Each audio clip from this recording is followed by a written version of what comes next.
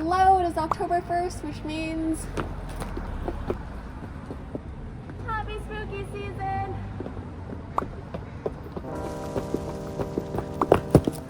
Okay, so the headpiece was something that I had to do a lot of research on and sort of thought about it logistically for a while. I was contemplating between a foam base versus a paper mache base, and so I actually did go hunting for some newspaper, which was a little bit of a struggle to try to figure out like where I could even find some at this point, but I ended up going for the foam base instead. So for that, I started out with this template I found online, and of course I had to adjust it just because of sizing and whatnot, but it's always nice to start somewhere. So I cut out those paper patterns and traced it onto my foam. I used this white foam, which was a little bit more malleable for the headband part, and this sort of red adhesive backing foam, which was a little bit more stiff for the horns. I tried a few different ways to make the horns, but earlier that day I had also picked up some contact cement, which, y'all, is my new favorite thing of life. This stuff is amazing. I use this to connect all my foam pieces together, and if you do see me looking somewhere off screen, it's because I was binge watching Squid Game and just finished it all within the hours that I was working on this. And then I covered everything in Mod Podge to seal any spaces and just make sure that everything had the same texture. I made a little bit of a mess, but the next day I spray painted everything black, which you can't even see because I sucked at making sure it was in frame. LOL, apologies. But I thought the black would be a good base because the following day I came back and painted it gold. Just like throughout the day I did a few coats, and so this was about 6 or 7 coats or so, I believe.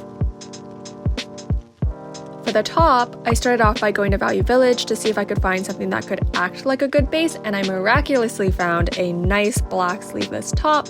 I tried it on and it fit, yay! And I originally was thinking of cutting up some leftover leather fabric I had from my winter soldier costume to make leather detailing, but then I realized that the shirt itself was actually already very similar to what SYLVIE wears, so instead I worked on making some patterns for the gold detailing, and I made all of that with gold sparkly tape.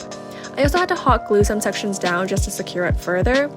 And this time, if you see me stop working and being totally enthralled with what's off screen, know that I'm watching Alice in Borderland, and I recommend AIB so much more than Squid Game, so please, please, please, highly recommend. It's an amazing show.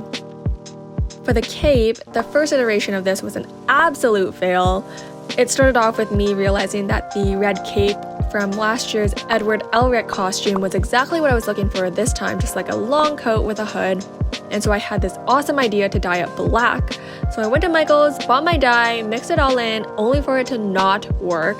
And then I realized that my fabric was synthetic and that maybe I needed specific synthetic dye. So then the following day I drove 40 minutes to another Michael's to get this dye. Got home, tried it again, and it still didn't work. I went back to the drawing board to brainstorm how to make this, and I realized I still had my black fabric from my Hella costume cape, and I also found an old hoodie downstairs, so I cut that hood off and sewed the fabric to it. I just had to pleat the fabric a little bit to make sure that it was the same length as the hood opening, and in doing so it was actually quite helpful because it created space for my shoulders and sort of laid nicely when it was on my body. So I think the cape turned out well, despite all of the fails. And then to finish everything off, I just put on a black turtleneck underneath a sleeveless top, paired it with some black pants and black boots, bought these swords from the dollar store, and this completed the look.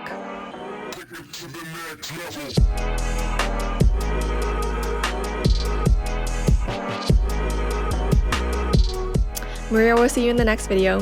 Thanks, bye!